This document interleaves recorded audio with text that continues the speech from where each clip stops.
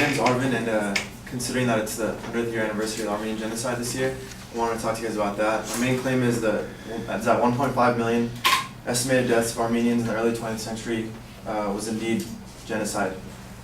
I'm going to provide some context for the events, and then I'm going to talk about my main claim, my secondary claims, which are the Ottoman Empire wanted to rid themselves of ethnic minorities. The government of the Ottoman Empire was heavily involved in the genocide, and that the Turkish government has aided in keeping the events from being labeled as genocide after the events of 1915. There's no question that 1.5 million, estimated 1.5 million deaths of Armenians occurred in the Ottoman Empire in 1915. The only question is if it was genocide or not. Genocide is defined in the 1948 UN Convention on the Prevention and Punishment of Genocide as any of the following acts committed with intent to destroy in whole or part a national, ethnical, racial, or religious group. As such, killing members of the group, causing serious bodily or mental harm to members of the group, deliberately inflicting on the group conditions of life calculated to bring about its physical demise, in whole or in part, imposing measures intended to prevent births within the group, or forcibly transferring children of the group to another group. Polish jurist Raphael Lemkin coined the term in the 1940s. According to Paul Boghossian, Lemkin was moved to introduce the term primarily by two large events: what Hitler did to the Jews and what the Ottoman Empire did to the Armenians. He felt that he needed a specific term to describe the events that occurred. He wanted to capture the events with the word genocide, to capture the murder of a people. The Jewish Holocaust is the first thing that pops up into most people's minds when they think about genocide. The Nazis were held to trial for their actions against the Jews, and these trials were called the Nuremberg trials. One admission the trial record stands out in relation to the Armenian genocide, and is a quote from Hitler himself. "Who, after all, speaks today of the annihilation of the Armenians?" Hitler posed a rhetorical question on August 22, 1939, before embarking upon his campaign to exterminate the Jews from Europe. To put this into context for those unfamiliar with genocide, the Armenians lived in a multi-ethnic, multi-religious Ottoman Empire for thousands of years, and had a deeply established culture within the empire. Religious minorities living amongst an Islamic majority has been a recipe for turmoil all throughout history, the Ottoman Empire notwithstanding. Professor Gunter Louis has noted that Armenians were second-class citizens who had to pay special taxes and wear a distinctive hat. They were not allowed to bear or possess arms, their testimony was often rejected in courts, and they were barred from the highest administrative or military posts. Tensions built from unequal treatment amongst the minorities in the empire, and finally came to a head in after 1877-78, when, after the Russian-Turkish War, the Treaty of Berlin was established, and Articles 61 and 62 of the Treaty of Berlin called for equality of rights, religious freedom, and protection for Armenians who were considered Christians in peril. Vahan Dadrian writes, "At the heart of the conflict with Armenians, as with other nationalities, was the unwillingness of the Ottoman authorities to carry out reforms that would end the whole gamut of inequities and establish the principle of effective equality for all Ottoman subjects, whether Muslim or non-Muslim." Tensions continued to rise and finally came to a head in 1894, when the Sultan at the time, Sultan Abdul Hamid, dubbed the Red Sultan, unleashed 2 years of violence, resulting in 150,000 Armenian deaths. This was a precursor to the events of 1915. The events of 1915 occurred during World War I, and the Armenian genocide was organized and strategically carried out, disguised behind a political curtain, citing supposed Armenian uprisings due to wartime tensions and failing economy, and possible allegations of an Armenian uprising for independence within Turkey, siding with enemy Russia. Guardian writes, "Careful perpetrators rarely act impulsively, rather they bide their time until a suitable opportunity presents itself.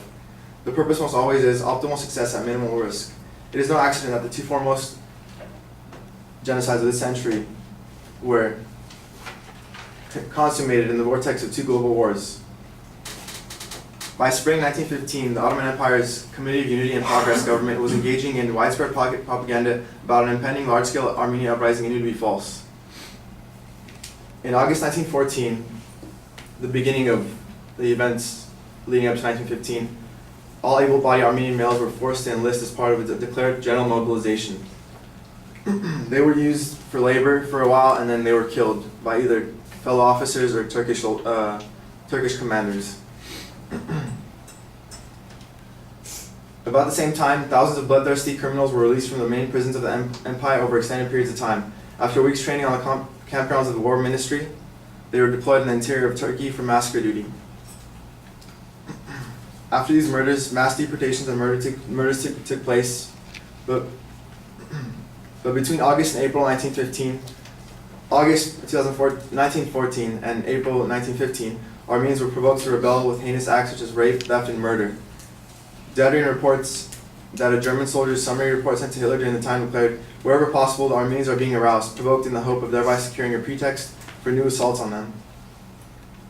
Deadline says, the massive nightly surprise arrest of some 2,345 Armenian leaders in Istanbul from the fields of commerce, education, politics, religion, and the arts on April 24, 1915, ushered in the actual first phase of the Armenian genocide. Deportations of remaining elderly men, women, and children into the deserts of Mesopotamia followed thereafter. The issue whether or not these events constitute genocide has been hotly debated and Turkey has invested a lot of time and effort and resources into the denial. You want me to keep going or wrap it up? Well, you need to wrap it up since you're out of time.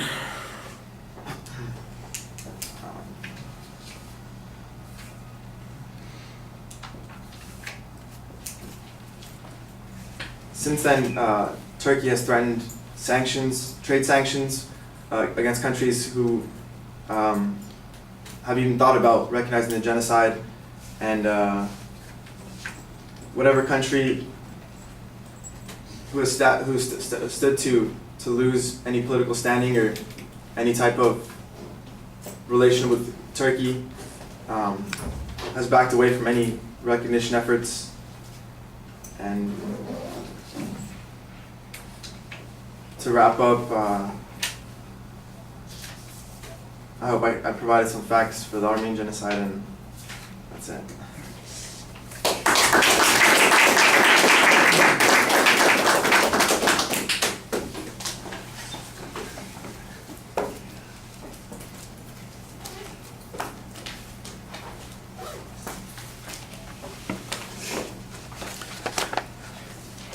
I thought you started off pretty effectively with the proposition and the secondary structure that you previewed for us. But in the body of the speech, I never heard those secondary points being distinguished again. You get involved in the narrative of the events, and you spend a lot of time talking about historical context and what the events are, and we never get back to the inferences that you're going to be drawing from those events. So I think that's a little bit problematic. There is a point where it does come up that there is a description of the events that are taking place during the war, and then there's this side inference about how genocides are naturally related to wars, and the way that Hitler used the Armenians as a justification for his position, the notion that both the Holocaust and the Armenian genocide took place during international conflicts. That's kind of like a little bit of retro thinking. What I need is more demonstration of the factual data at the time, and you get to that a little bit when you talk about some of the acts that were put into place, some of the things that took place. I need a source citation on some of those points. I don't really get that.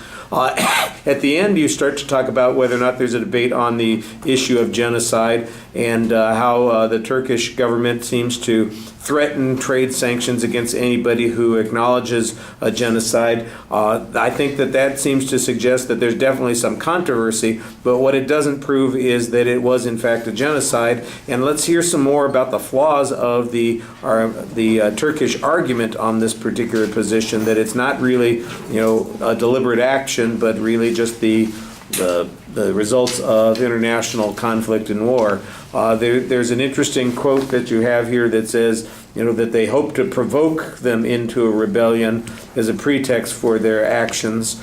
That's obviously somebody's interpretation of the events that are going on there. So apparently there was some kind of rebellion, and then the rebellion was the pretext for these actions. I think you need to develop that. All right.